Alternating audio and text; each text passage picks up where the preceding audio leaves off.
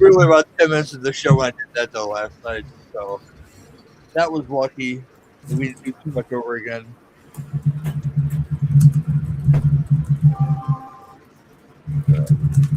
Odd feedback going on right now.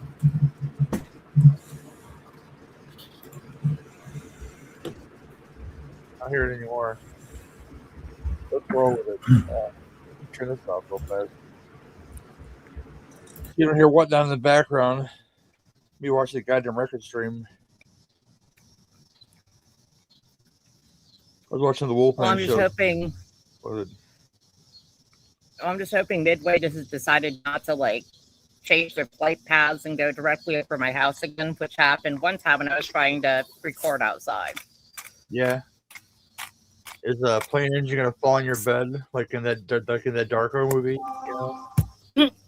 That No. very sad Darko movie. He's so sad all the time. That fucking Donnie Darko. Oh, I hate that fucking movie so much. People love it so much. I'm like, no, it's not so good. I like the regular cut. I hate the director's cut because he's just trying. He's explaining everything to you, and I liked it a little looser. Oh, I don't like it. I don't like it at all. I don't like it at all. I think I want to punch all those kids in that movie. Yeah, I'm that whippersnapper age, you know, yelling at clouds, probably, you know. I'm possibly yelling at clouds. I'm undecided if I'm going to flashback in a couple of weeks. If I go, I just want to be David Arquette and possibly Marley Shelton, and that's my only grabs from there. But because the funds are short and I don't care, I just want to be David Arquette. It's in my top list, and No, just I don't think I'm going to be able to hit much because a couple of Pat gigs land on, con days. And, seeing my sexy ass husband play, yeah, it's kind of outweighed. He is kind of fugly though, ain't he? Just a little bit, Patrick. Oh, come on, man. Gotta beat bitches off this dude. Come on now. It's okay. You could tell us. It's just I was probably sitting right there, probably, but it's like Say hello, Pat. Hello, hi. Pat. Gary says hello. Hey, Gary. Patrick in the house, man. Oh my gosh. All right. Whenever you guys are ready to rock and roll, I'm ready to rock and roll. Yep, like I said, I will be talking in between bites because dinner is fucking amazing. Nice. All right. We're going to set a 3, a 2, and a 1. Hello, folks. Welcome to the Sydney Podcast. I'm one of your hosts, Gary Hill. With me tonight, as per usual, he's usually here. Yeah, that guy. Mike Merriman, how you doing, sir? Hey, full swing of summer going on, so I'm ready for some more celluloid beef. You say it's very sweaty where you are, huh? Yep, we're climbing into like legitimate summer here now. We kind of were getting off easier than usual in the month of June, but looks like July is going to more than make up for it. Yeah.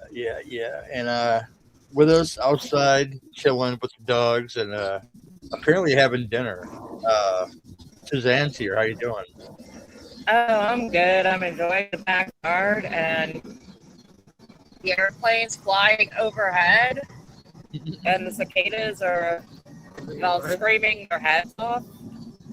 It's summertime, and I'll take it over winter any day of the week.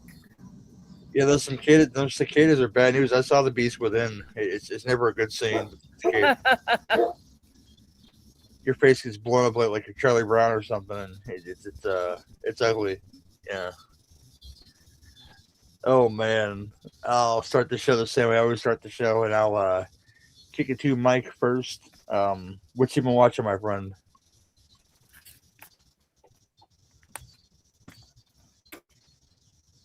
You're muted. Let's start with what I usually do. Pull up the old letterbox here, and let's see. I will start with. I did watch Return of the Living Dead for July 3rd. It's kind of become an annual watch. Love it. It's funny. Ever since I first seen it, and especially because when I saw it kind of growing up in that time period where you're kind of tracking down like all the known zombie movies made from the video rental store. And when I'm first watching it for the first time, I still remember it. Like, it's like breaking all the rules of like what I thought made a good zombie movie, but it's so effective and so well made and written and executed that you just stop caring that it's like unlike any zombie movie you've seen before. And it just became like a perennial favorite of mine. It's an easy watch. It's quickly paced. It's just so well done, so funny, gory, and just I like that they kind of change up the concepts and how the world works in there. And it's almost kind of like a satire in a way. So that's first up. Then I watched, let's see, a movie called Corpse Mania. And this is kind of like it's a Asian movie that I got from Vinegar Syndrome on 4K, and this one starts like it's going to be like an over-the-top gruesome movie, which you would expect, but really what it turns into is kind of like an Asian version of like a giallo. It kind of turns into more like a detective noir story about a serial killer in the town, and there's actually not as much gore as like you would think. But we do get like some maggot covered bodies a couple times, which maggots gross me out just because it's like something you come across in real life, and it's always disgusting when it happens. And so when you see it in the movie, it just always makes me think of like real life encounters.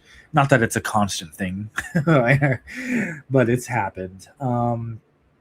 We also got. I saw a movie or a YouTube video like a few weeks ago that covered like 9. It was called like 9 violent westerns that like are underseen maybe, and I compiled it on Letterboxd. I've watched a couple of them. One of them's called A Town Called Bastard, and I think the alternate title for U.S. release or somewhere it was called A Town Called Hell. So if anyone's more familiar with that title, it is the same movie. And this one, like, your typical spaghetti western setup. It's revenge, violence, and the star in this one, Robert Shaw. So that alone made me want to watch it. And Robert Shaw does not disappoint. He emotes just with the looks he gives the camera. He can just stand in the saloon and kind of like look in the direction of the camera, and it's awesome. So I also highly recommend that one. Now for a goofy one called Water Park Shark. If you know Donanelli, this is probably right up his alley. So I went into the. I watched this too, by the way. Yes. I went into it not expecting to like it because I'm not really much of a fan of the Asylum movies because I just think that they're not even trying to be more than what they are. So it's like once in a while you can catch one, and it's like, okay, I had a mildly decent time, but like and I don't think they're doing it anymore. But at that when Sci-Fi Network was still around, maybe that Sci-Fi Network still is around. I just don't have a cable package, or I just don't notice. But there was at that one time where it was like they were churning out like it seemed like 5-6 every year, and it just felt like the same low effort production. But I will say this one, it was kind of funny. I actually did find it amusing. Now you're gonna get, and this isn't an Asylum movie, I'm just kind of comparing it because it's the same kind of model of film.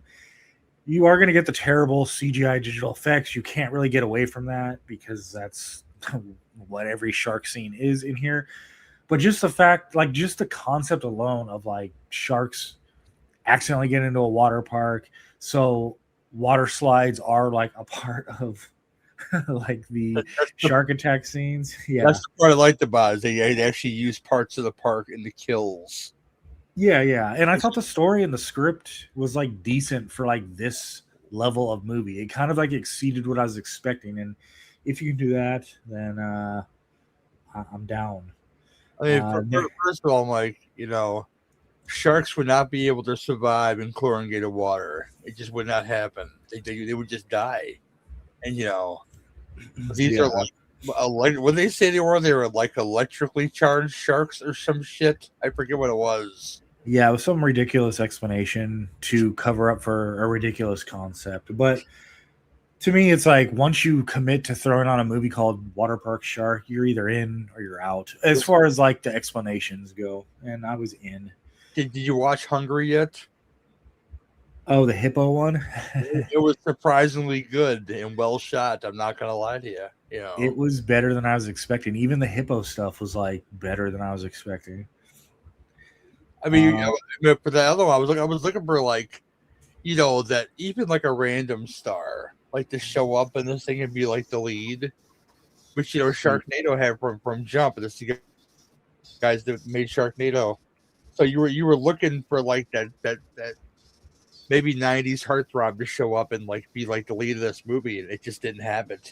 I think it was missing that. The only thing you were really missing was like, hey, look, Debbie Gibson in King Cobra, wherever she was in. I forget which one she was in, but she's in a couple of them. And the other, Wait, well, I'm sorry. you mean Wasn't it Deborah Debbie? Gibson?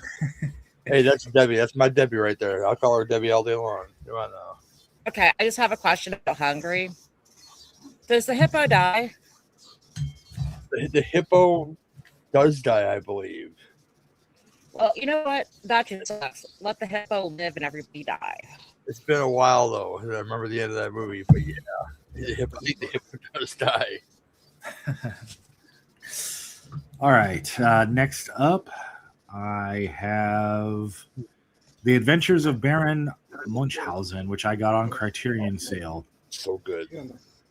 This is wacky, but wacky good. And I think I had seen bits and pieces of it as a kid, and it's kind of one that it really takes you kind of back to when childhood movies, they somehow managed to make the content child friendly, but also like dark and creepy and adventurous and thought provoking and just weird. Like there's a lack of safety to the child movie or child focused movies back then that you don't really see now. Like it feels like once Pixar kind of took over the world of like movies that children are going to see, they've just become very light. And that's not to say they're not good, because plenty of them now are good, but there's a sense of danger to like child movies from back then. And this one, like, there's nothing like explicitly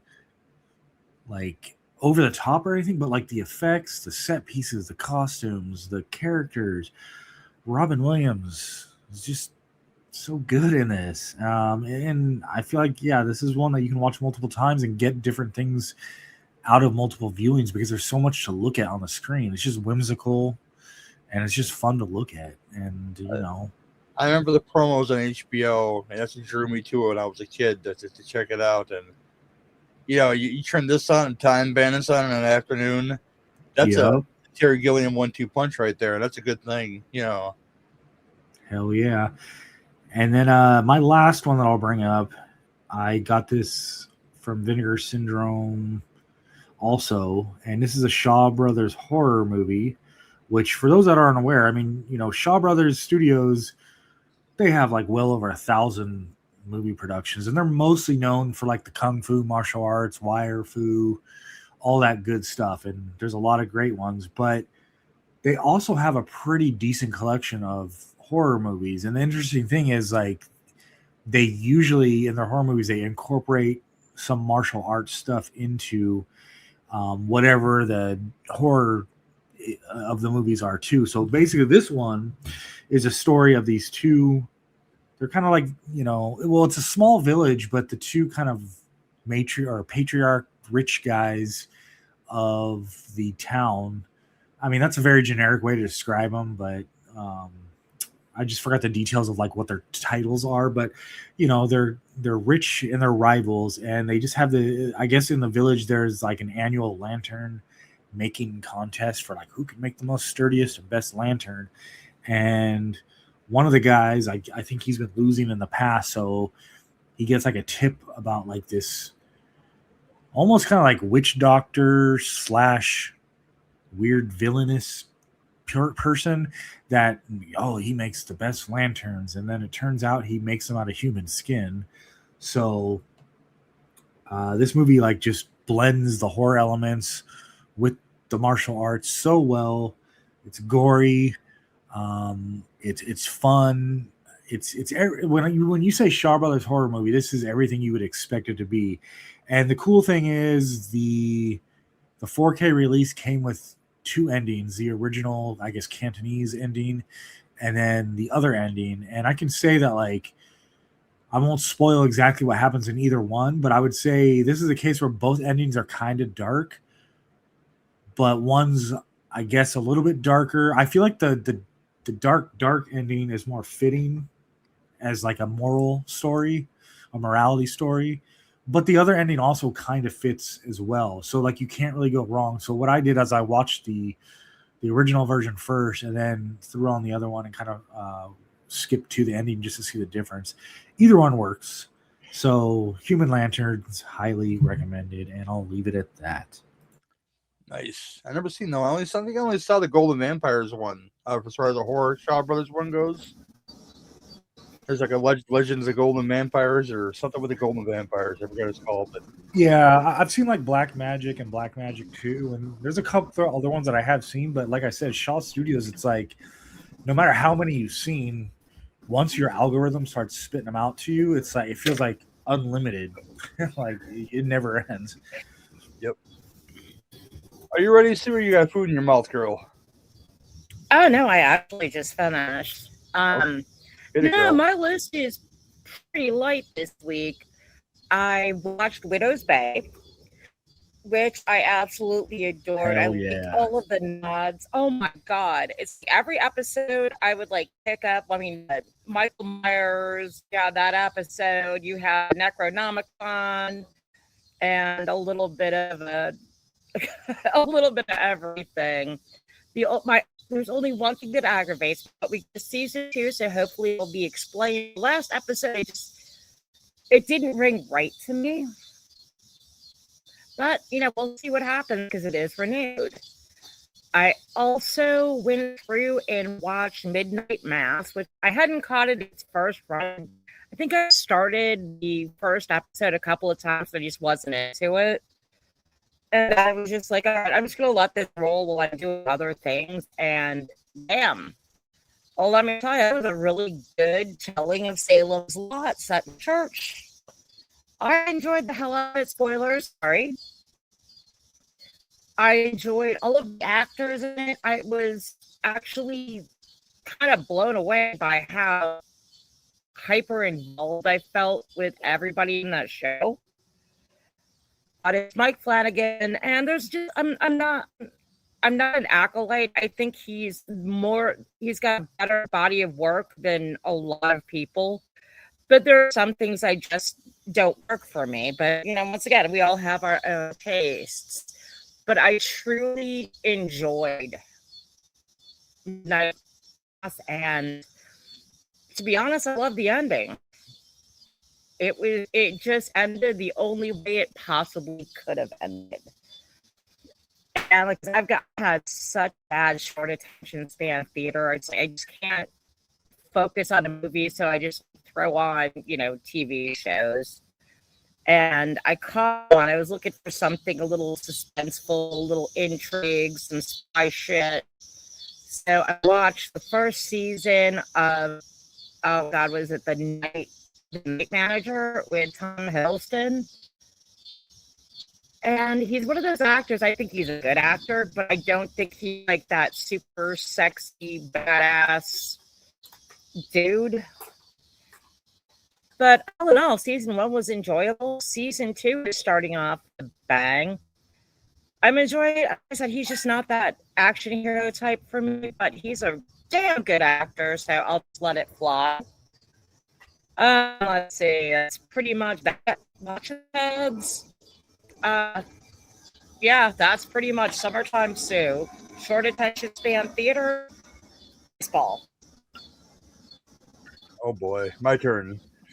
Speaking of TV, X-Men 97's at full effect, people. Been on for 2 weeks now, and got 4 episodes so far on the Disney Plus app there, and it is nothing more than phenomenal. They're jumping into the good Jim Lee Batman X-Men storylines, and if you ever were curious why Apocalypse hates mutants, then you'll watch this 4 episodes. You will find out exactly why. And there's a certain death in the last episode that I will not mention for spoilers' sake, but people say it's more devastating than when Gambit died in season 2, trying to save the mutants from the Sentinels in Genosha. But I don't think so, because I still, when I rewatch season 1, I get really emotional still when it goes to black and you hear Rogue call out, "I can't feel you," and like, man, I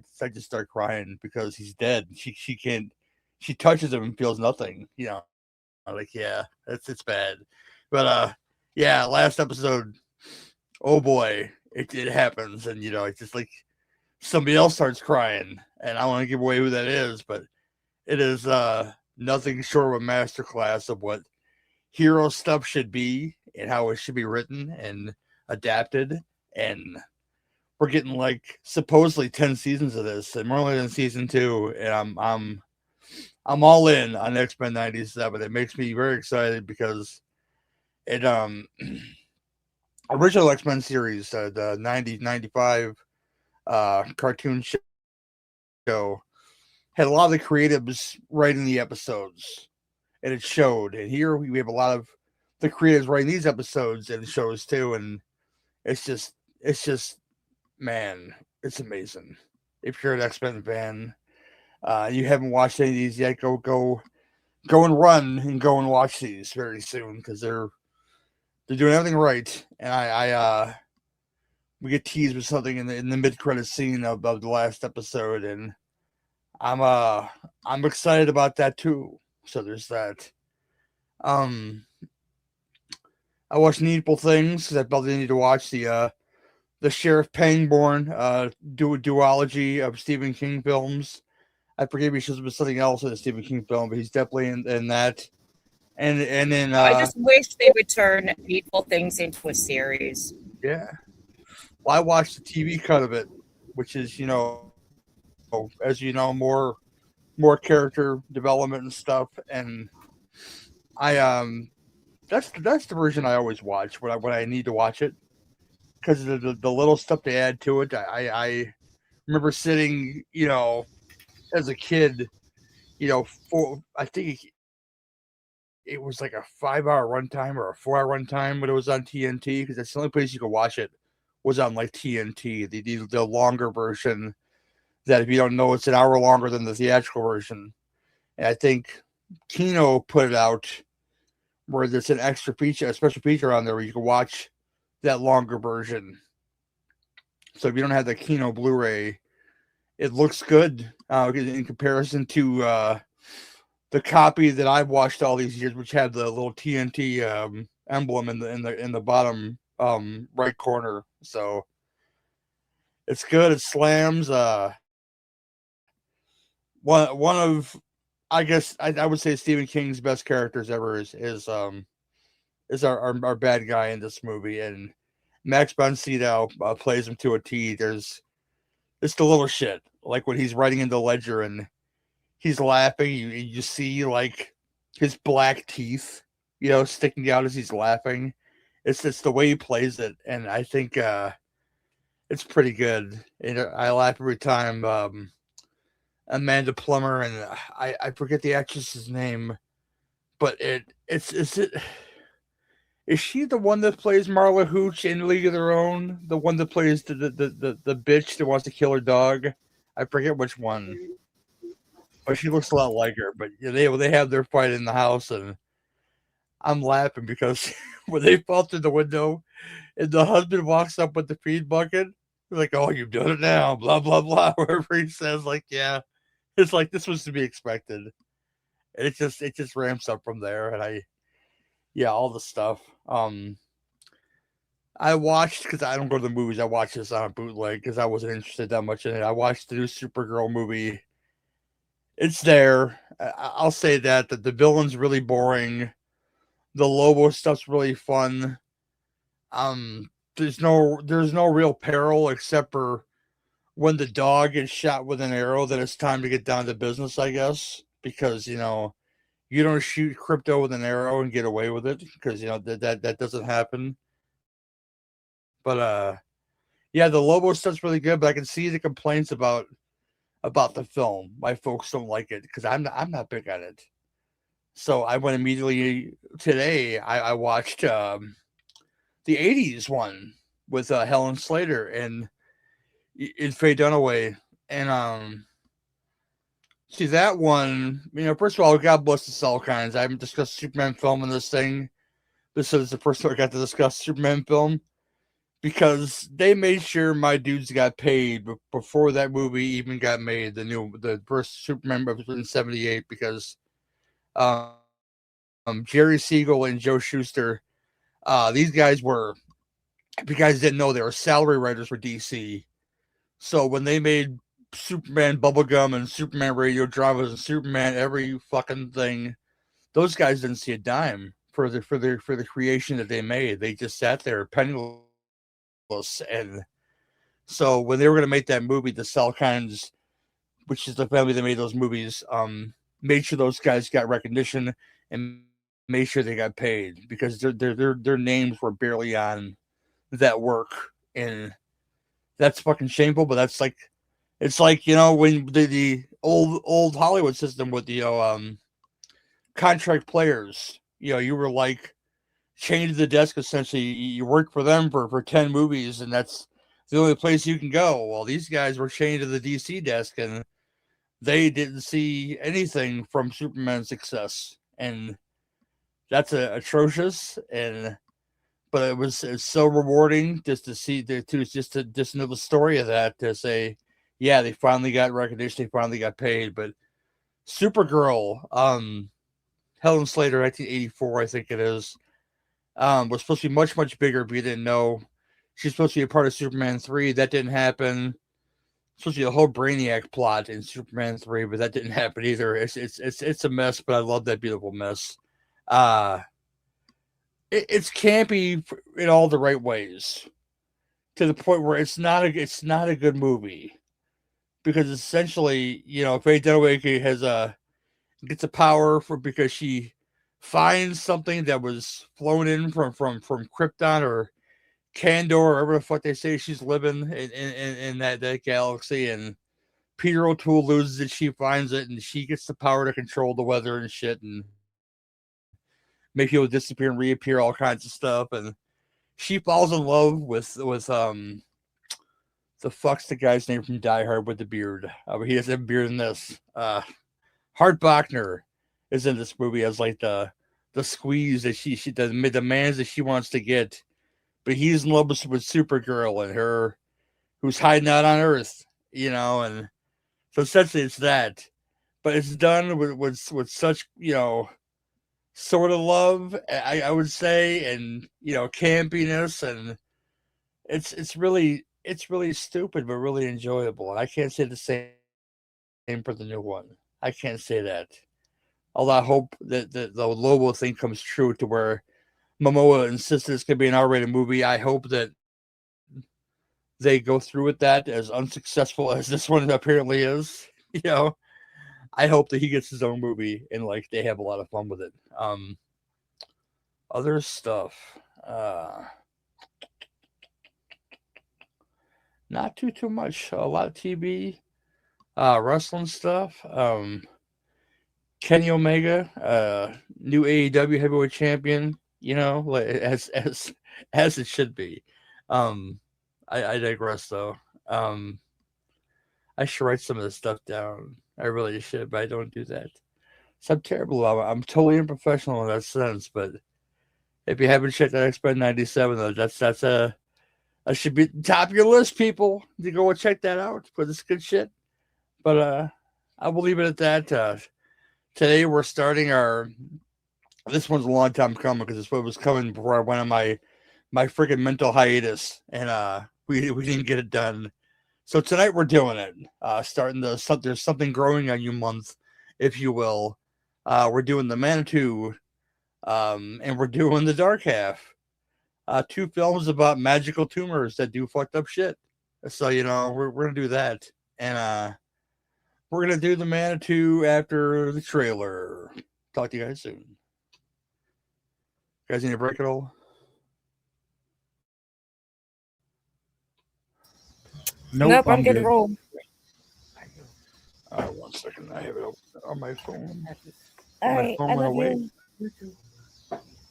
Have fun. My phone went away. Here we go. All right. Going this in 3, 2, and a 1. The Manitou from 1978, rated PG, which is, again, this is 70s people. A psychic's girlfriend finds out that a lump, it's not really her his girlfriend, or whatever, finds out that a lump on her back is a growing reincarnation of a 400-year-old demonic Native American spirit. This stars the great Tony Curtis. You know him from many things. I knew him from Bad News Bears Go to Japan, but this man was in Spartacus. He's in Some Like It Hot. He's in many things. He's Jamie Lee's daddy. Yeah, that's the most important part of his career, in my opinion. Susan Strasberg. Hello, dogs. As Karen Tandy. She was in stuff that I've seen, I know for sure. She was Greg's mom and Dharma and Greg. Oh, see, I didn't watch a lot of that. That was white television. I think that was her. I was watching Martin and stuff back in those days, so I wasn't watching Dharma and Greg. It just didn't happen. Michael Ansara, the Syrian-born Native American in this movie, because that's where I always have to look this up to see, that motherfucker's not Native, and I have to look it up to see if they're actually Native or not. But no, he is a Syrian gentleman who played a lot of Native parts. These things happen, was married to Barbara Eden for a while, I guess. I had no idea about that. But and many things where Native was required. But coolest thing to me as a kid was he played the voice of Mr. Freeze in Batman Beyond, and that's pretty dope. And some of the new, because somebody else played the voice of Mr. Freeze before that, but he was a majority Mr. Freeze, and then the Batman and Robin adventures and stuff like that. Yeah, and had a pretty lengthy Star Trek career too, as Commander Kang on Deep Space Nine and Star Trek Voyager. So that's something, Who else we got in this movie right here? Burgess Meredith, of course, is in this movie. You know him from many things. Rocky, The Sentinel, Twilight Zone episodes galore. It's hard to remember all these things, but he's been lots and lots of things, and everybody has a favorite. Grumpy Old Men. It's probably my favorite role of his of all time because it's just so fucking funny. It's hard to say, hey, pick a favorite. Wow, he made me laugh so fucking hard in the goddamn movie. Stella Stevens shows up in this. She's been in tons of stuff. Oh my gosh. John Cena is Dr. Jack Hughes. Oh my gosh. Yeah, there he is. Oh my gosh. But yeah, the Manitou, directed by William Girdler. Taken from us way too soon. Helicopter crash, right? So he died? Yeah, at 30. Yeah. He made many good right now. director of the Manitou, of course, Shiva Baby, Abby, Day of the Animals, Grizzly. Just some really dynamite shit for a short career, and like I said, died at 30 years old in a helicopter crash, and says life's not fair.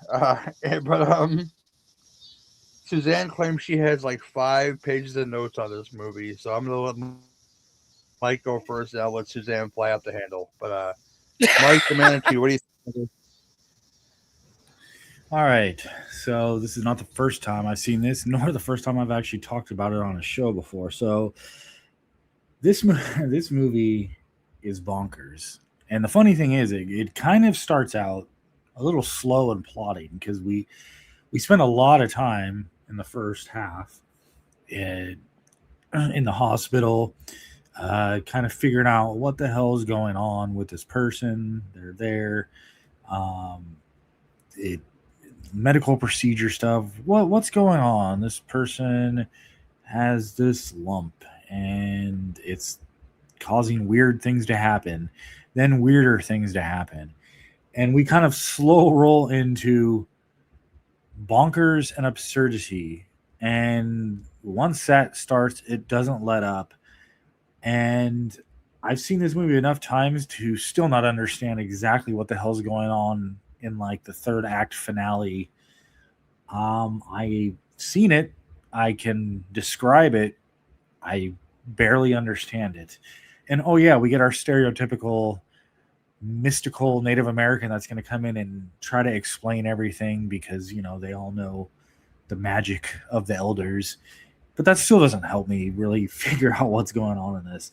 When we kind of get our reveal, I guess you would say detachment from body of entity or whatever, I'm just kind of like looking at the TV like, what in the, like, we've been building up to this thing? Okay, I guess. And I don't know. I mean, and with all that said, I don't even dislike the movie. It's kind of hits that kind of weird, like interesting but weird, maybe not so satisfying by the end. Like maybe this the sum is less good than the parts, because I think there's like some different things that happen in the movie, some effects that are like okay to look at, but I still look at this movie like, what the hell did I just watch? So help me understand this movie better, whoever's going next. I'll leave it at that for now, but yeah, we can get into it more once everyone's kind of had their opening thoughts. Well, one of us has read the book, I can guarantee this, so I think I'm going to go next in this conversation. The Manitou film introduced to me just in passing, I think by X, and I watched this thing, and like Mike, it's like a lot of hokum going on there, which may or may not be true. I have no idea as far as like Native American. I hate to use the term witch doctors, but it's basically what the man is. He's a witch doctor who could conjure things and block things, and and I love the fact that the only reason why he'll do it is to give to some kind of Native American learning center, which is it's not a moment of greed, it's a moment of unselfishness, which is what you want in the hero. I love that they laid it out right away that he's not about the money. He's about helping the knowledge of other people, and and getting that wacky tobacco possibly, because I gotta mention Tony Curtis's pad in this movie, which is he's a huckster who does tarot readings that he has some knowledge of tarot, you can tell, because he knows how to work the cards, he knows what they mean, and because when certain ones come up, he starts to get very nervous, which leads to hilarity with an old lady. But his pad in this film, I'm jealous of his sound system, first of all, because it's spectacular, and I'm jealous that this man takes so much glee in drinking canned Coors with a pull tab out of a wine glass, and there's a lot of head in that beer too, by the way. So he poured it badly. It just but he's gleeful to drink that goddamn head laden beer, and bless him for that. I mean, he's great in this movie because he seems like a real jackass huckster, first of all, but he has a lot of caring, qualities for his either his ex lover or ex psychic friend. You can't really tell what they are with each other because they might have been lovers before, but you can't tell because they have their other. Again, when you have psychic problems, what do? You invite more white folks over. In this case, they have other white psychic friends that are going to do some psychic shit, and church turns into a hilarious seance scene. A lot of laughing inappropriately in this movie, especially when the Manitou, is born. Or what is his name? Oh shit, Suzanne. What is his name? What's the being's name? Bisclamacus. Yeah, when he's born, he looks like a little mini Danzig, and I can't stop laughing. He crawls out and he stands up, and all I can think is "Mother." Come on, Yeah, that's a good way to describe it. Look at a little mini Danzig hanging out, and doing stuff with his crazy one eyeball is one color, one eyeball is another color, and but the whole psychic link to her is pretty creepy because he can't talk himself, so he's talking through her, and I like that aspect of it. But the whole idea of especially since she has no links to the native people, like how would she get infected with this 400-year-old native shaman who's going to be reborn through her? They don't really explain too much in the movie. But I'm sure it's explained better in the book. Maybe, I don't know. Suzanne will tell us about it though for sure. She's read this book. I know this right now in the back of my brain. But Burgess Meredith's really fun.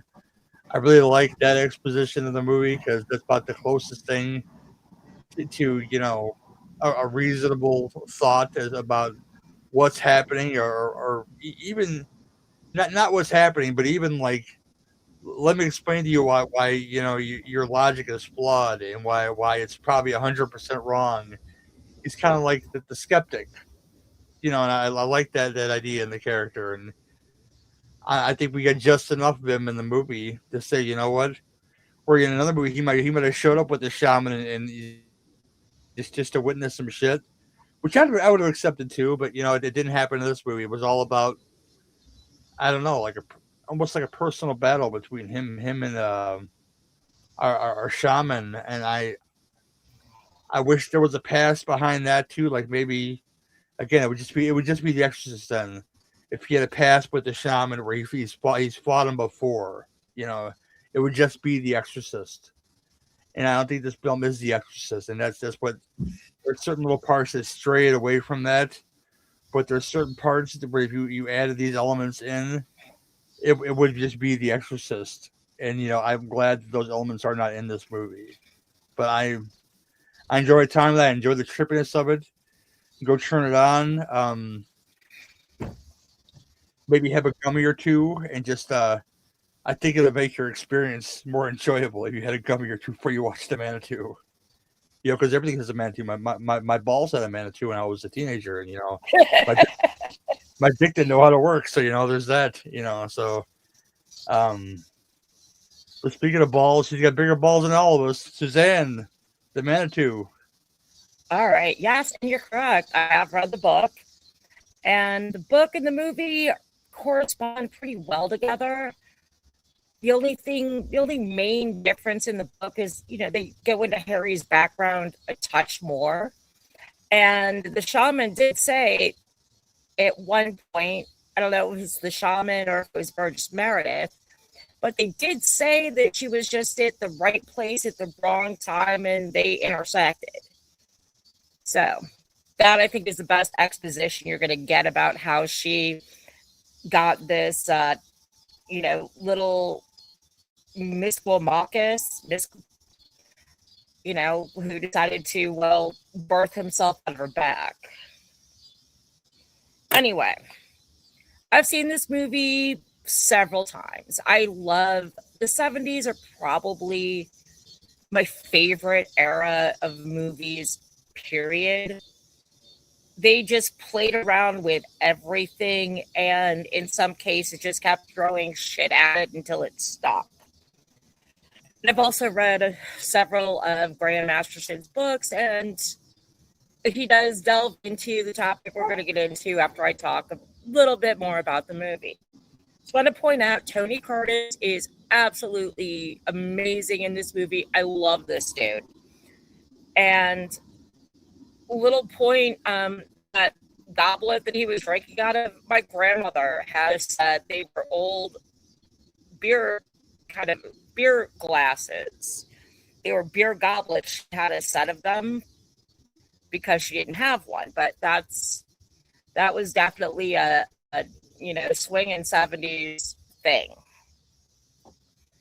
But honestly, just goofy things that I love. I really love the robe. I want one. And that luxurious fake mustache that he kept touching. Amazing. And I think she was his assistant for a while. Well, they said that in the movie, but no, she was his assistant. They had a romance and they went their separate ways, but apparently the feelings were always there. So, of course, when it comes to there's something weird growing on my neck, of course you're going to go to your ex. Wouldn't you do that? But diving into a little bit more. Basically, it's Indian folklore meets Lovecraft. Because you've got all of the Indian witch doctor mysticism. And then we start getting into the great old one, the devourer of souls, the star beast. This is straight up the Lovecraft hierarchy of monsters. I think the star beast is Azathoth, or I meant to look it up earlier, but I got a little busy. And as for, there's several genuinely creepy moments in this movie. I know now we look at it as, 70s, campiness. But there are still some genuinely creepy moments that we really need to appreciate. When Mrs. Hers is floating down the hallway, come on, that is some creepy shit. And the lighting on the seance, yeah. Watch that after dark when you're about 14 years old. It'll stick with you. They do have some genuinely creepy moments, and I have to admit it is broken up into 3 very glorious acts. First one, setup, which they do. It is a little slower moving, but you get a feel for who the people are. The second, when they're starting to get to the root of the problem, they meet, the wonderful, eccentric Burgess Meredith, who is a national fucking treasure, and gets pointed in the right direction and finds somebody that might be able to help him understand what's going on. But, here's the thing we're all waiting for. Let's talk about the third act. It is absolutely batshit insane. And last surgery, and that laser just malfunctions, and now we're almost at, I think it was like the black hole where they have the 2 robots going at it. I think I might have the wrong movie. If I'm wrong, please tell me. I apologize. But that's the sense you get. And then, for the love of anything holy, why the hell would you put a dumbass orderly to sit in a room while you guys are all conferring by himself with, creepy little witch doctor? I mean, what did you expect was going to happen? Yeah, he got flayed. And it's just, like I said, they just keep throwing out all of these Lovecraft references. You got like this going up to that floor that's frozen, and we're talking some plateau of Lang shit going on here. The third act is absolutely crazy insane. But if you read your Lovecraft, you've seen it before, but it was woven in beautifully. I adore this movie. I love that last laser light show insanity. They just needed some Pink Floyd playing in the background. It's just fun. It has hallmarks of being a genuinely scary movie. And then they go into the laser light show. But it was, once again, the swinging, screaming, supernatural 70s. And this was William Girdler's last film. I think it's wonderful. I'm satisfied, not satisfied with the ending, but the book ended pretty much as abruptly. All of a sudden, Harry calls up the Manitou of all of the machinery and gives them one focused blast with modern technology, and boom, everything's normal. But, once again, the only little bugaboo I really have is the fact when he crawled out of her back. I mean, I'm thinking like that torture method where they cut the rib, that it would just explode her ribs. But again, that's just me being a little bit picky here. But it's a thoroughly, just unbelievably enjoyable ride. You just gotta go with the flow.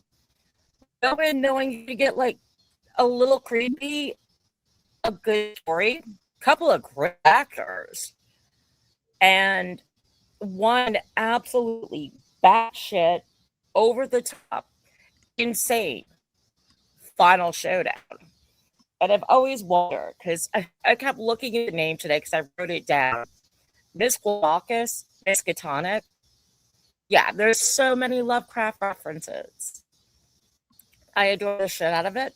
I love references. I love it. Oh yeah, I know what that is. It's enjoyable as hell. Harry Erskine is a wonderful character. I wish they found a way to make him appear again. But, hey, I credit to a one-off movie. Because now everything is sequeled and rebooted and remade within an inch of life. So yeah, this is one hell of a ride from beginning to end. And I'll leave it there. I may have a few final thoughts. I may not. I hope that helped. Yeah, I think the whole idea of the rib thing you're talking about, because the doctors explained that how it was growing on her, and she had a sizable skin sac after that thing came out of her. But my big question is, plastic surgery or busting that goddamn thing. It's just a massive skin sac from our little buddy, baby Danzig, coming out of there. See, you can't tell me it doesn't look like it. Okay, yeah. I always thought it looked a little bit, in later years, he kind of reminded me of, rest his beautiful soul, Peter Steele from Typo. Yeah.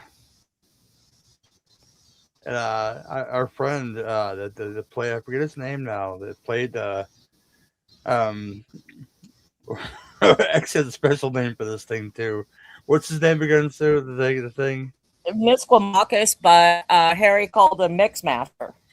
Yeah, Mixclamacus. The actor that played him, I think it was a combination of Felix Sia, who was from acting in like stuff like Buck Rogers and stuff, but there's another guy that's still very much alive. That Mr. Venom, he's not here, but he plays poker with this guy in real life on Saturday nights. So it'd be amazing if Venom was here and like, hey, bring little Mixie on, to hang out with us for the show. Misclamacus. Misclamacus, giving us some commentary on the good old Manitou here, but yeah, the skin sack thing. It's probably the grossest thing in the entire movie because it's kind of like when you get a cast when you're a kid, and you take that thing up and it smells. I'd imagine her skin sack smelled like fucking high heaven after good old Mixie was fucking wasting away in there. That bugged me in the movie, and because this is all supposed to take place in a short period of time. Mm-hmm. And Running Water was South Dakota. They're in San Francisco. I'm not sure what the scale is here. And I probably should have looked this up. But like I said, it started the first surgery, and then it kept getting bigger and bigger by mass. So the timeline for me, that's the only thing. But once again, I'm nitpicking here. I mean, I'm digging to find something to nitpick. It moves very fast. It does. It does. But yeah, this is a good time though. I enjoy my time with it, and like I said, the very ending, I get because they talk about the science of everything can have a Manitou, that the cops' guns can have a Manitou, and they can shoot themselves in the head, yada yada yada. The thing can possess anything. It was trying to possess like this supercomputer, which I'd imagine was very in these days, but he's just like shooting blasts on, in the very end when I love the our cosmic mother to this thing at the end, because she's just like looking batshit, like sitting on the bed, like, you know what? I got this, guys. I figured it out. He just starts blasting razor at the thing, and it's so simple and so it almost feels like it was an afterthought, but it's so ridiculous to find out this film that you just go with it.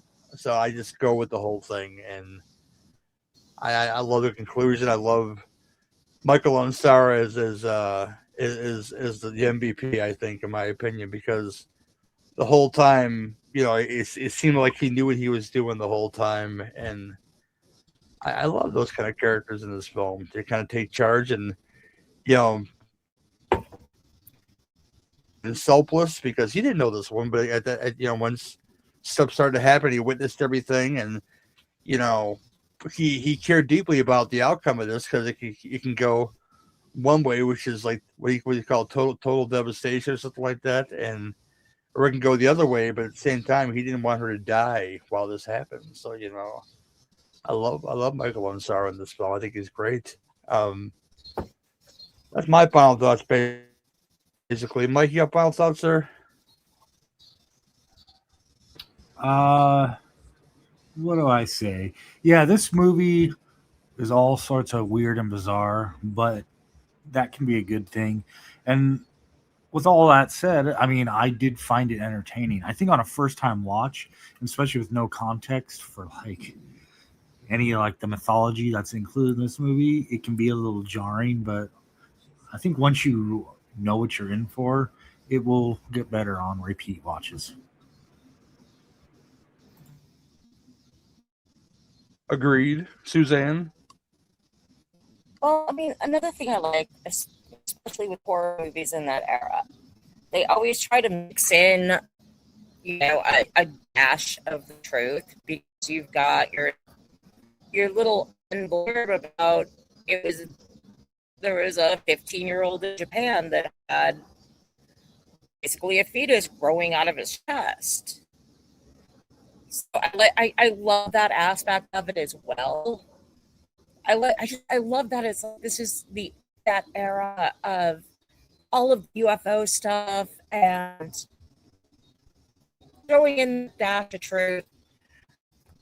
It's just wild. It needs to be appreciated.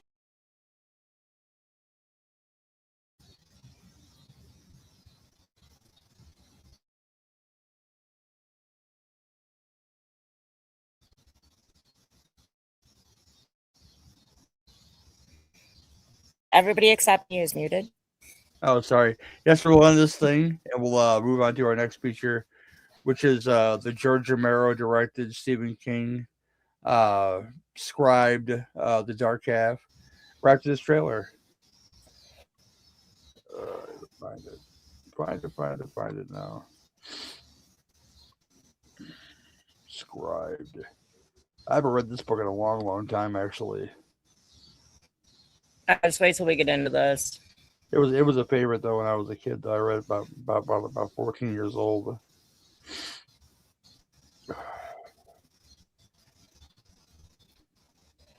Let me go grab a beer. Actually, I gotta walk 5 feet. I don't think I'm gonna lose connection.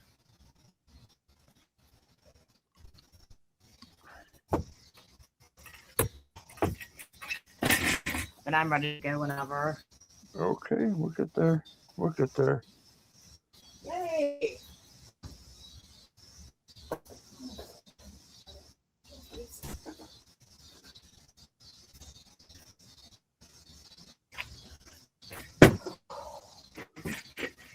Oh.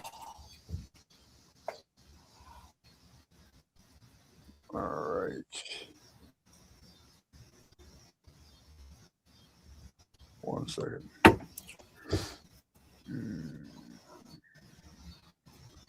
They got these names in a weird order on IMDb, so I'm just trying to get through.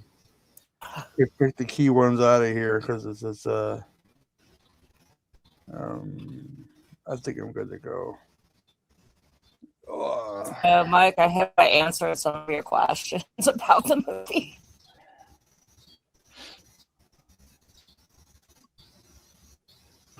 Oh yeah, okay.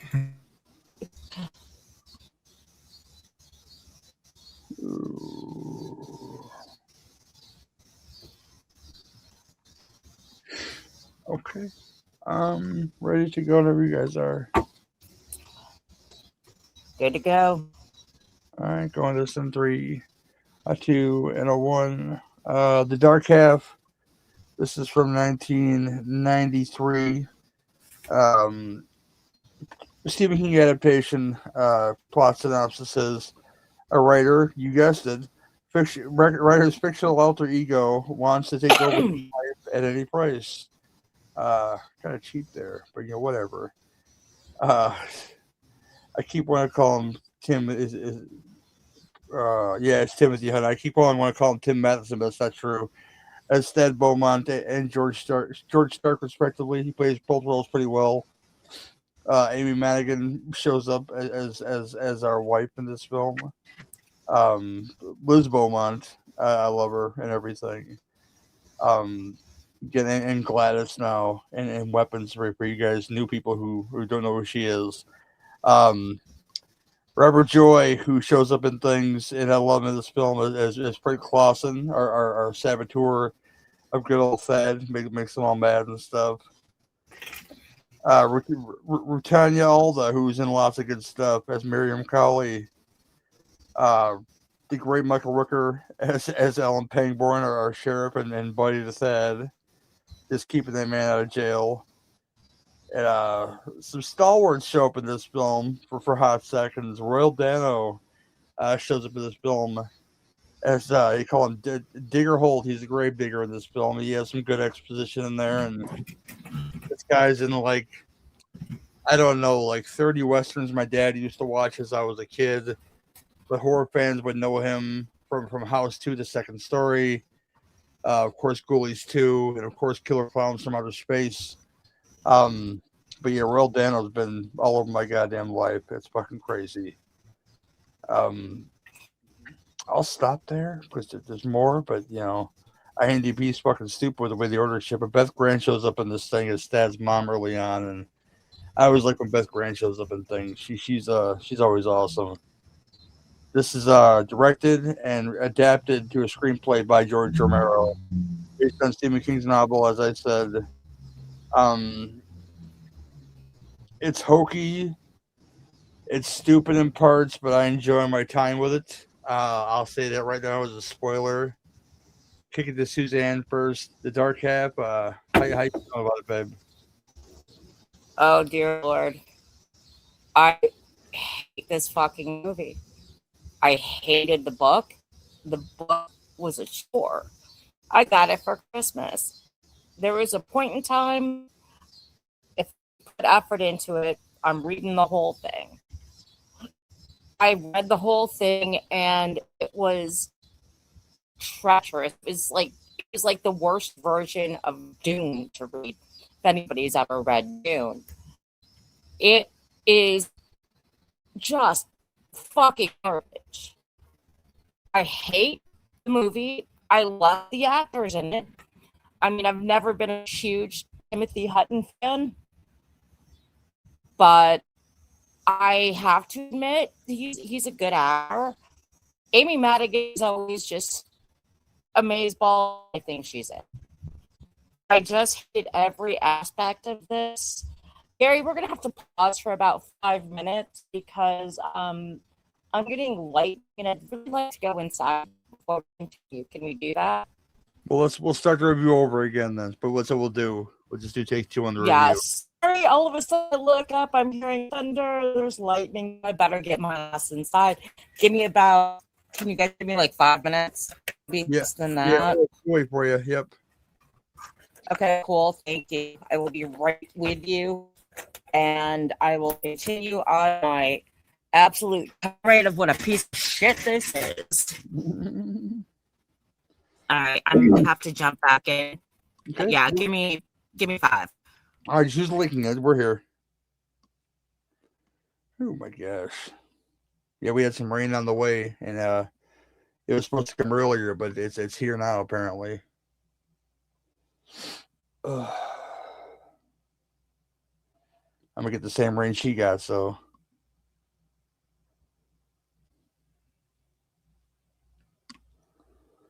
Blue skies, sunshine, please go away.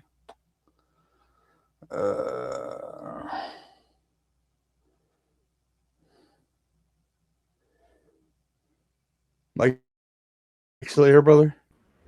Oh yeah, I'm here. So is my dark half. Yeah. Yeah, they got a Young Guns reunion. They finally got a Casey size mascot to come to convention, so they got all 6 of them there. Oh wow. They added Terry O'Quinn, which I think is infinitely cooler. That they got Terry O'Quinn at a convention because I don't know why. Hell yeah. Pretty cool though that they got Terry O'Quinn to come. You know, Stepfather, man. Those are 2 remakes you didn't need right there. I made about 5 minutes into the latest one, and I had to turn it off. I was like, I don't see the point of this at all. You know,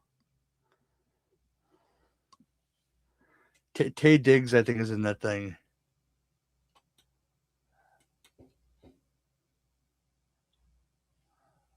Boy. What did Suzanne do? Have to reset her internet? No, she's gonna go inside because it's gonna start raining. Ah. So it should be closer to the Wi-Fi, so that's good because she was cutting out pretty bad there.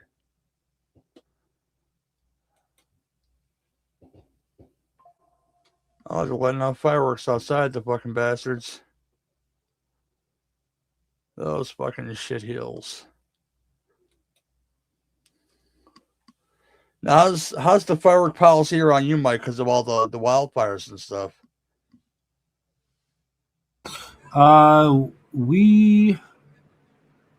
Where I live, you're allowed to do fireworks, but they're kind of like very like limited. They're a lot more limited in the type of fireworks you can do. We're not really allowed to do stuff that like launches because it's too dry. Yeah, definitely. So it's mostly like the boxes and cylinders that you buy that like you set on a ladder or something. They just send like colorful sparks into the sky. Mm-hmm. Yeah. Now, that doesn't stop people from buying all the illegal shit anyway. But well, yeah. But like if you actually went to like a legitimate stand, yeah, you're not going to get that stuff here. Yeah, I live in Indiana, so they don't give a flying fucks. They'll sell you M80s and half a stick of dynamite. They don't give a flying fuck here. You just blow it off, man.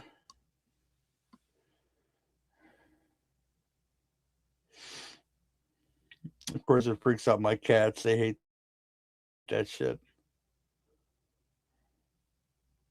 I can sleep right through that shit, but they freak out. Who's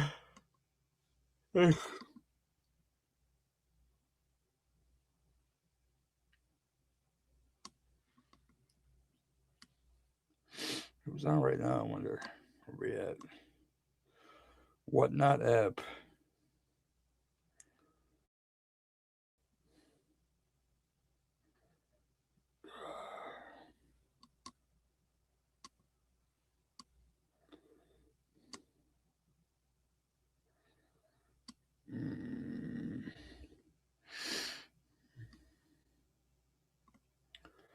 So did you guys do that show this weekend, Mike, or no? I think we're doing the main show on Sunday. Oh, okay. You guys been waiting to do. What are you guys doing?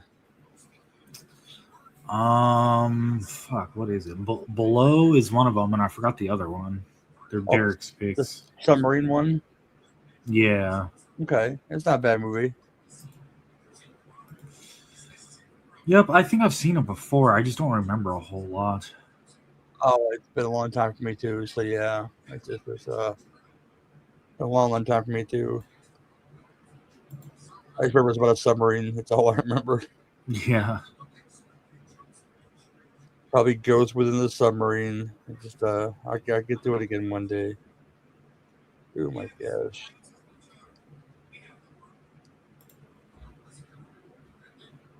What are you selling, Chris? I have from a friend in Alaska who sells VHS and whatnot, and it's always fun to hear talk about her weird weather patterns. Because right now she's in the part of Alaska where it's like the sun's out like 90% of the day.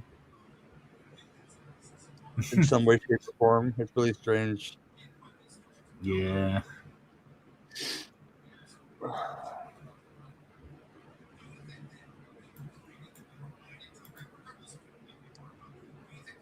Okay, 9:30. Okay.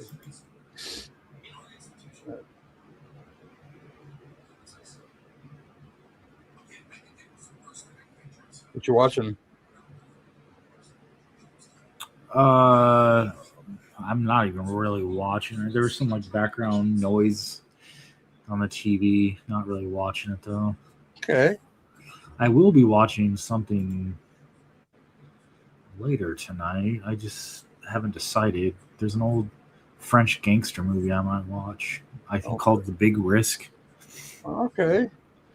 Got it on Criterion sale. Nice. I like that the Criterion sale lasts a month because like you can be kind of methodical with it, like grab one a week. You don't have to like go out and spend like all your money at once. You can do the whole do some research on it, stuff, and see if you're gonna dig it or not. Yeah, because like in the past year and a half, I started collecting again, but I'm trying to stick to collecting stuff that has like rewatch value for me. Like I don't want to have a collection full of movies that like I watched once, and then was just gonna sit on the shelf forever. Yeah, I understand. Although I am wondering how physical media as a market is going to go the next couple of years, because it seems like people are getting pretty fed up with how they're finding out with streaming services like all these digital purposes you don't really own. Yeah, I just seen that. Here she is. There's Sue. Oh my god. Sue. Yeah, that got real scary really fast. Yeah. And running with my laptop, my phone, and it started to pour, the lightning, the thunder, and it was there. It was all of a sudden out of nowhere. Fuck. I'll be getting the same ring you're getting, so there's that. Shit. I get to go work and playing that shit. So I apologize for another interruption from me. No, you're cool. So cool. It's the easy place to kick back into, and cut and paste there. It's fine. That's all I do with the show is cut and paste. It's not even all. It's you guys make it easy. Let's put it that way. Oh boy! All right, we're gonna kick right back into your review. I'll kick it off that way, okay? Wait, what?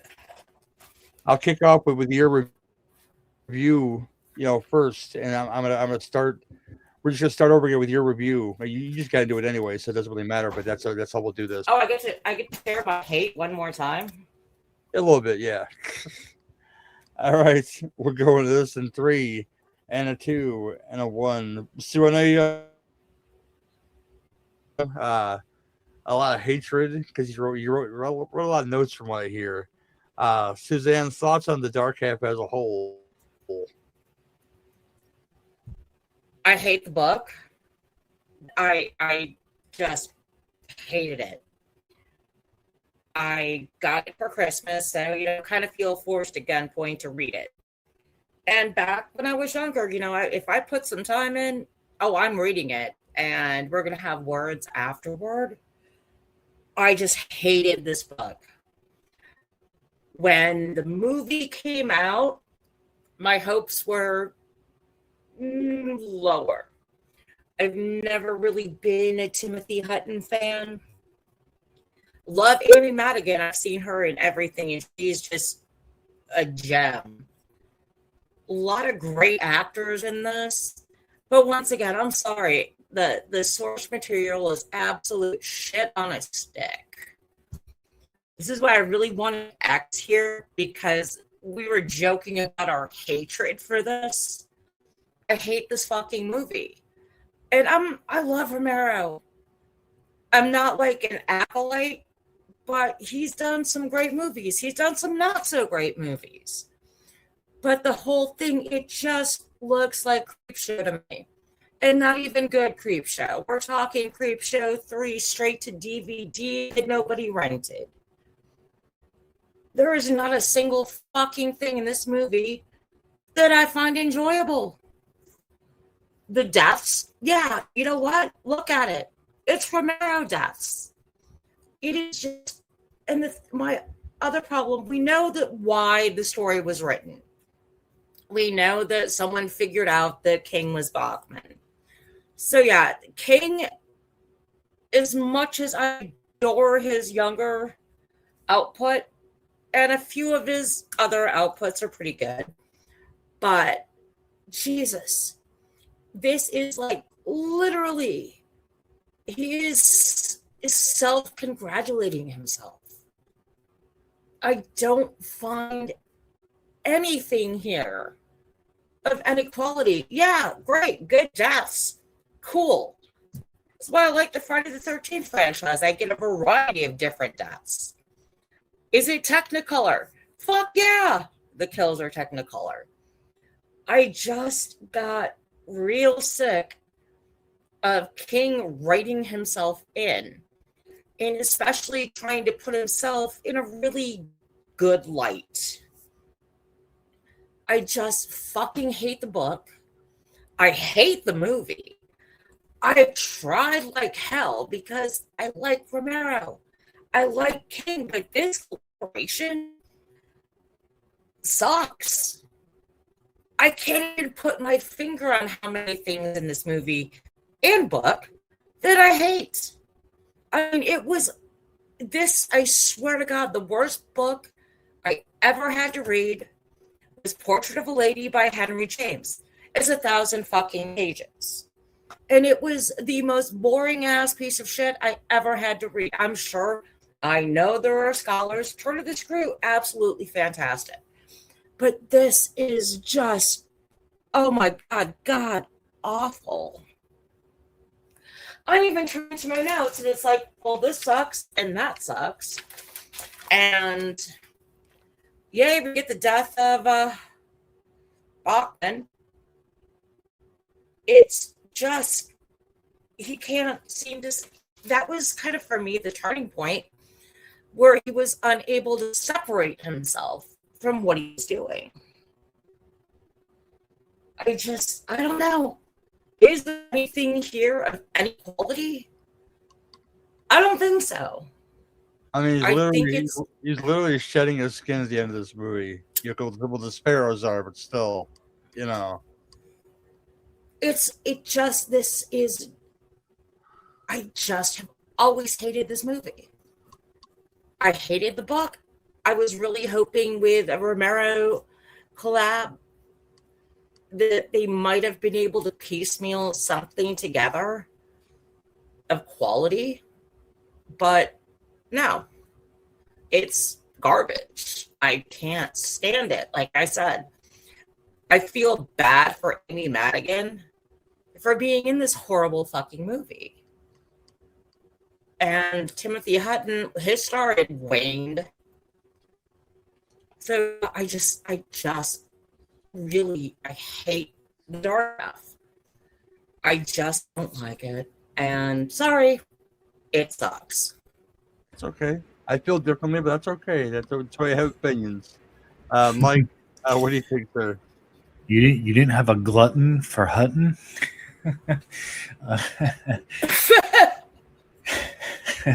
Yeah. This movie to me is just it's bizarre. Like it kind of starts a little grounded, but then as the extra or the additional elements of the story start to come to fold, it's like, are we about to go supernatural up in this, or is this like all in the mind? Is it like metaphorical? And man, I don't know. Whereas Manitou got like almost like spectacle bizarre, this just got like almost like goofy. I don't know how to explain it. Now, I did like Romero's as a choice of director, just because I think he's good at kind of like the small town feel. So I thought, his choice to be director is fine. Amy Madigan, like, I had forgot that she was in this. I haven't seen this in so long, and of course, she's in everyone's zeitgeist now from Weapons and getting the Oscar. But yeah, she's put in years of quality work. She's probably she might be the best part of this movie. Did the weirdness of the third act just keep it from being as like creepy as it could have been? Because I was kind of like chuckling at like what was happening on the screen. I like Suzanne's point that like this almost feels like it could be like a low rent creep show, and it could have been like a condensed, almost like short story, like an episode or a segment on creep show. But no, it's a full length movie. I didn't dislike it though. Like Suzanne definitely doesn't like it. I would say it's like kind of like in the middle for me. Could have been better. It was okay. Man, I don't know. It's another weird one. We got a pairing of like two kind of weird movies that they just kind of go off the rails in much different ways.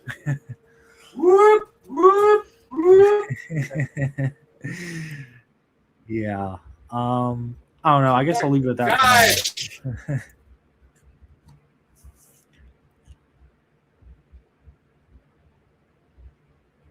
Take it away, Gary. I am so sorry.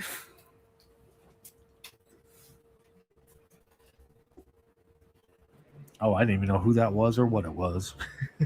Oh no, that was my husband. He's all in here. Thunder, lightning. Yeah, I mean, he also was not pleased with the dark half. It seems. No, he's of the same opinion, because it's one of the things that we've talked about a few times. I just hate I hate it. I know. The dark half. What do you do? I don't hate this thing, Dom. I'm just saying all day long. It's I have too much stuff. I have too much fun with George Stark in this film. Not so much Timothy Hutton, Thad Bomba, but George Stark he's having the ball in this film as George Stark. Timothy Hutton is very boring, but like I agree with Suzanne. It's a very ego-driven thing to trying to write this book, because and yet he's literally shedding his skin of Richard Bachman. When sparrows fly in, he's tearing his skin off. You see that horrible looking skull thing. It's the beginning of CGI, people. So it's gonna look like crap. I realize that. So yeah, I'll forgive it for that. But like you're led to believe in this film, and I enjoy the science behind this. Because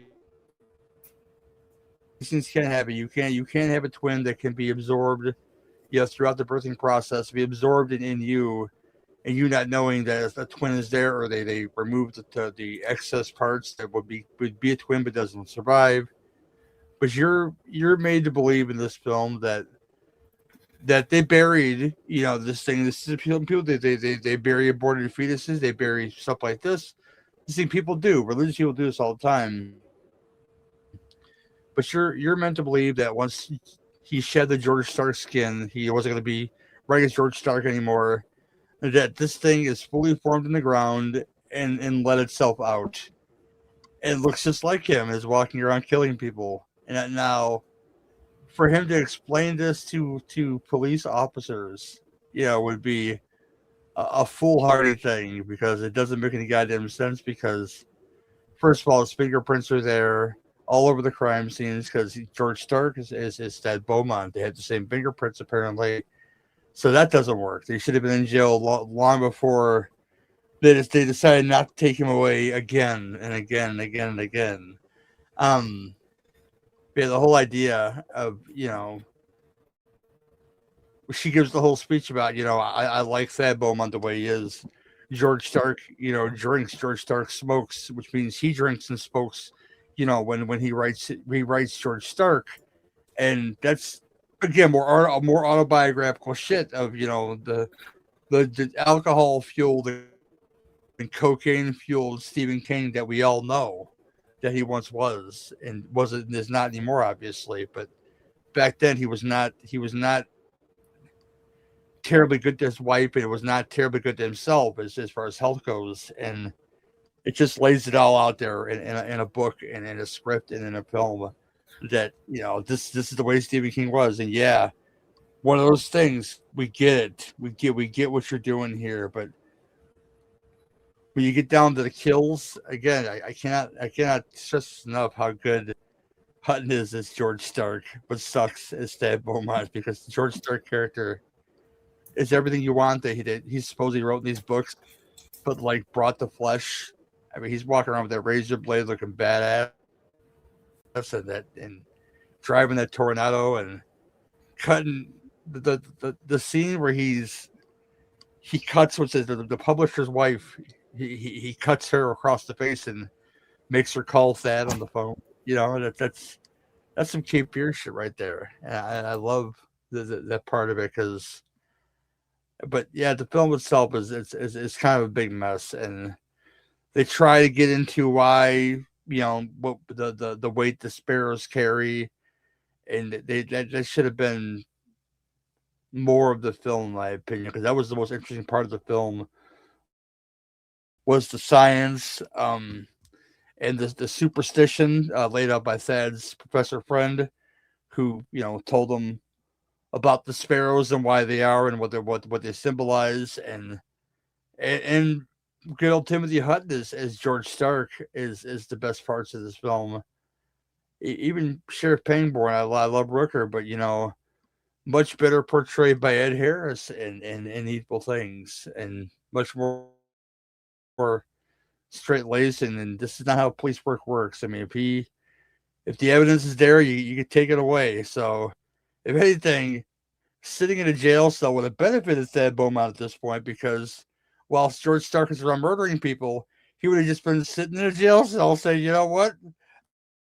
I guess I'm not murdering people, You think so? It'd be more beneficial to him? I just don't know.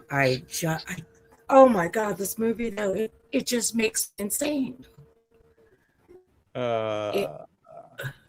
Gratuitous use of All Your Lonesome Tonight by Elvis. I think it's... No, on Evil Things is Love Me Tender with the boy's mother. Elvis. Love Me Tender plays a lot in that movie.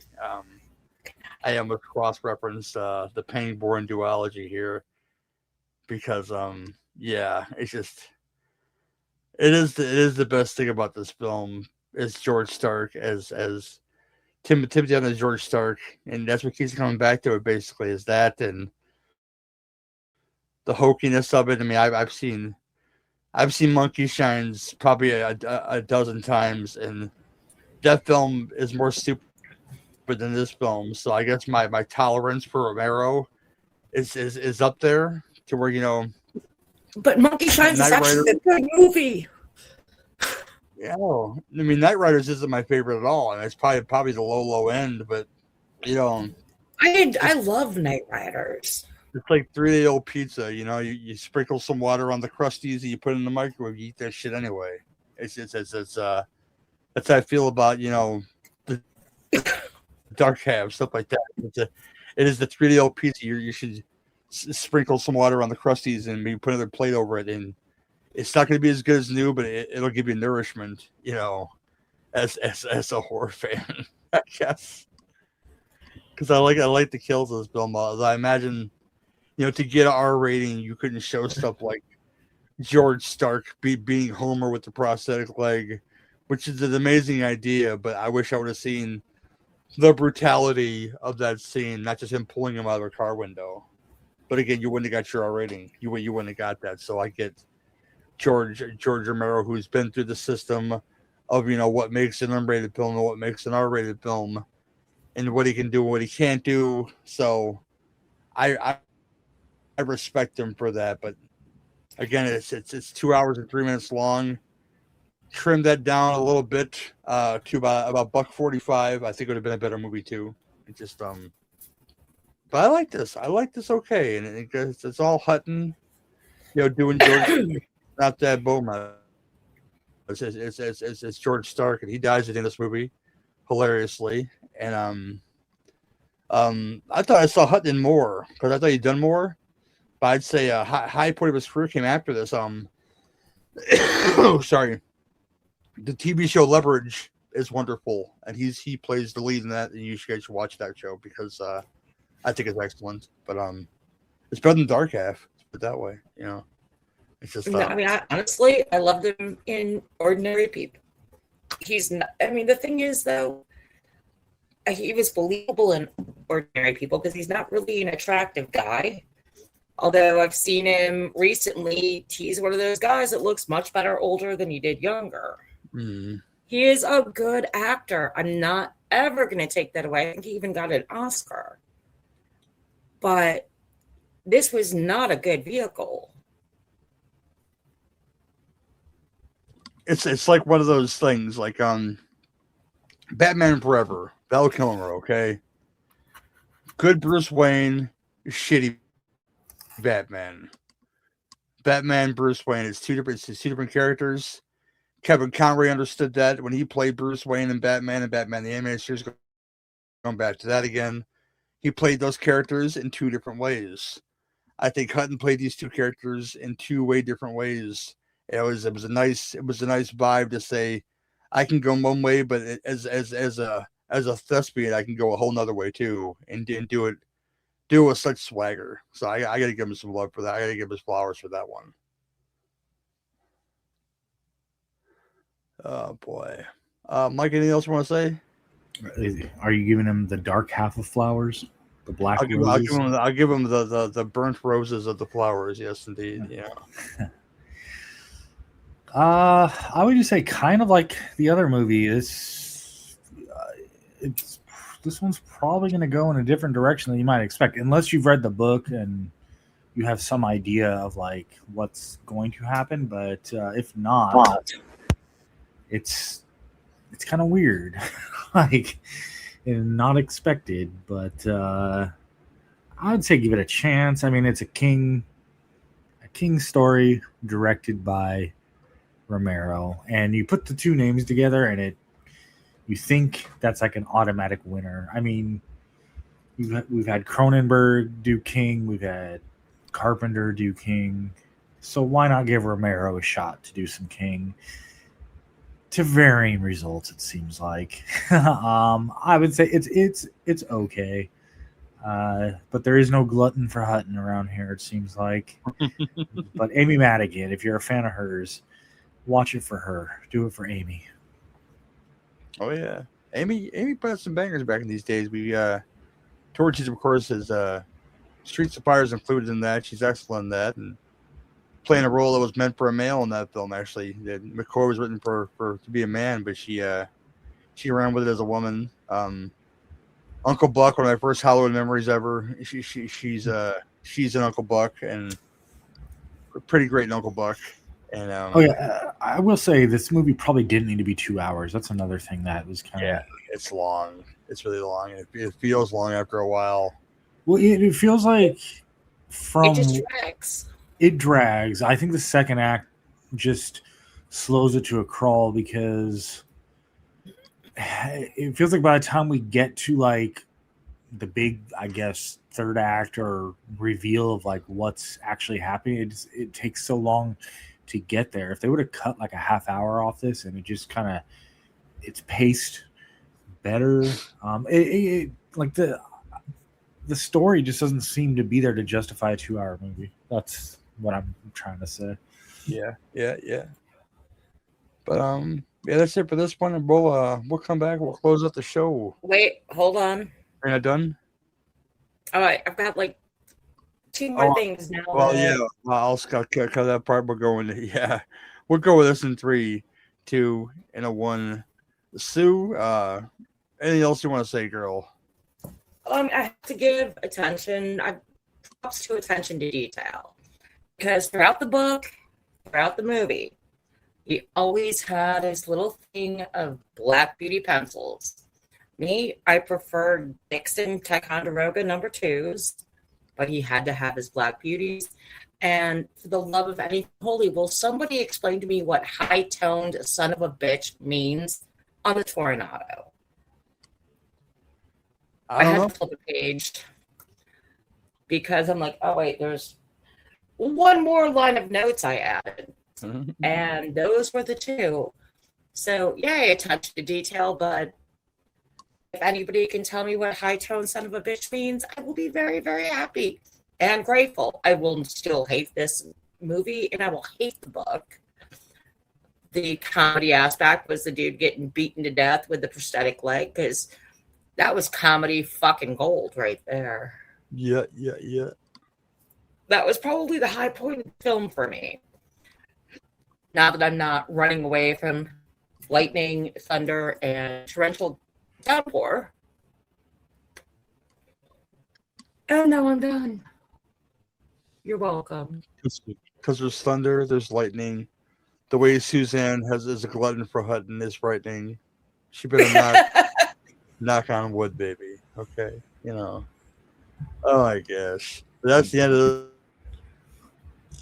We'll come back and close out the show. Oh boy, when do you go on vacation, Mike? Not till it's whenever. Let's see how the week breaks down, because it's kind of the end of whatever week it is that it's the end of July into August. So I'll probably be leaving Friday the 31st after work, and then coming back Thursday the 6th. So if we end up recording a show on Thursday the 30th, I should be around for it. Okay, yeah. I think it'd be flexible. It's no still a big deal if we do another one, but I think we're scheduled before that. So like you'll get it in before you go on vacation. And I think like the other one will be flexible on in case you need a day or so to wait before we do over a weekend or something. Yeah, I'll probably so I come back on August the 6th, which is a Thursday, but I assume I'll probably miss that episode just because by the time I get home, I'll probably be exhausted and I probably won't even have had time to watch the movies while I'm on vacation, is what I'm thinking. That's fine. That's more than fine, brother. Family time, I understand. Yeah, absolutely. It's the end of summer trip before the kids go to school. Yeah, Pat's been gone. He's home this week. So we wanted to rush and try to get dinner together because, Gary knows Pat's never home. Oh, yeah. And like I said, I don't get to spend as much time with him as I'd like. Come on, morons. Get out of here. Yeah, you morons. Get out of here. So I'm really... No, you get out of your asshole. Sorry, things got pushed back, and I'm sorry we had to take the break, but I didn't want to get struck by lightning, and I didn't want my laptop to get drenched. Obviously, yeah. Yeah, it was fine. It was clear, and all of a sudden, lightning cracked across the tracks. I'm like, oh shit. Oh boy. we'll finish it out No, now. this was fun. Yeah. Let's close it out so I can go to bed for a couple hours. It's okay. It's okay. We're going back into this at a 3 and a 2 and a 1. There's another one of the books right now. I've opened the closet door that is my studio, and the cats are about doing shenanigans. So it's time to say goodbye and close the book, literally. Another George Stark novel that is a Cindy podcast. And I'm always glad to have you guys. And, last and foremost here, it is the birthday of one Iris Dora Sarabia. It's her birthday today. And she is our power. Iris. Yes, indeed. She is not here, but she is with us always. She'll be coming back in August to join us for an episode. I'm looking forward to that. I know she is too. Every time I hear the name Iris, all I can think of is Theme Warriors Reunion. Yeah. You got to talk to Tilly, man. I ain't talked to Tilly in a long time. Yeah, I hit him up. Yeah, I hit him up once in a while and say hi just to make sure he's still active. I had Court Psyops. He's kind of vanished. Yeah. I had Court Psyops text me out of the blue. We got each other's phone numbers, so Court's going to be joining us real soon at some point in time because Thursday is his wife's ladies' night, and he'll be hitting us up for a show or two. I'm excited about that. Oh God, Hellraiser 3. Yes, indeed. Fucking crying girl. God damn you. Crying. We'll be seeing Crying Girl in November. She's supposed to be at Days of the Dead, so there's that. So Crying Girl will be in full effect. If you know that, actually, it's Paula Marshall, who shows up in Hellraiser 3 and Warlock 2 of the Armageddon. She's also she's still acting today, so I can't talk shit about the woman. She's still working today, so God bless her. But she cries and everything. Cries all often, so she was done crying. Girl, so, yeah. That series you, me, and Court did on all of the Hellraiser movies. Oh my God, that was an endurance run. We never finished them. We never finished them.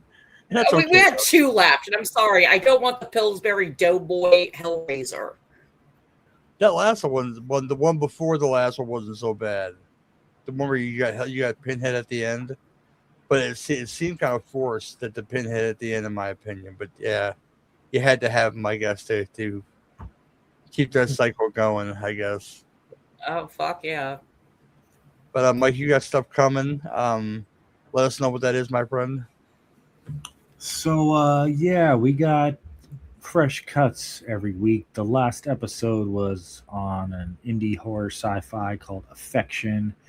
Before that, it was Leviticus. My podcasting brothers from the No More Room in Hell podcast YouTube channel. I keep wanting to say network. It's not really a network. We just put all our shows on the No More Room in Hell podcast YouTube channel.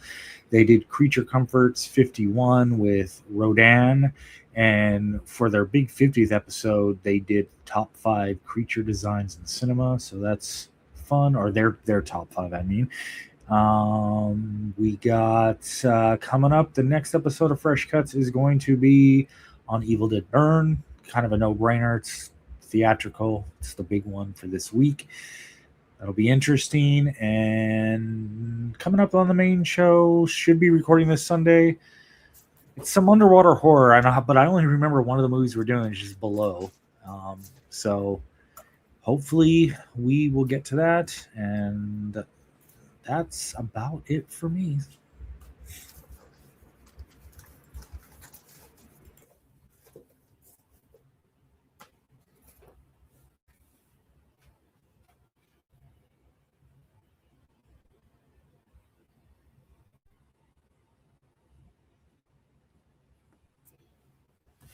Gary, you're muted. That's the button. That's the button that mutes. Yeah, nothing will be really on the horizon very soon. But I'm supposed to be on John Cross's PM Entertainment podcast, doing a Steve Railsback joint that has a lot of 18 vibes to it. And so me and him are going to just enjoy the fuck talking about that and drunk fighting Steve Railsback and he's still Steve at this point doing stuff, and it's what was this thing called? Private Wars. This movie's called. If you want to watch it, it's on YouTube for free to watch. And if you don't know what PM Entertainment is, it's these two guys that they basically were begat by Canon Films, insane stunts, 50-cent action movies that that starred Don the Dragon Wilson and Cynthia Rothrock and Chad McQueen. If you didn't know, the guy that played Dutch in The Karate Kid is Steve McQueen's son, and he had a whole career after Karate Kid of making like 50-cent action movies, and he's in like 4 or 5 PMs, as is Shannon Tweed and Tracy Lords and Nicole Smith in 1 or 2 of these things too. So the quality is there as far as like the crazy stunts.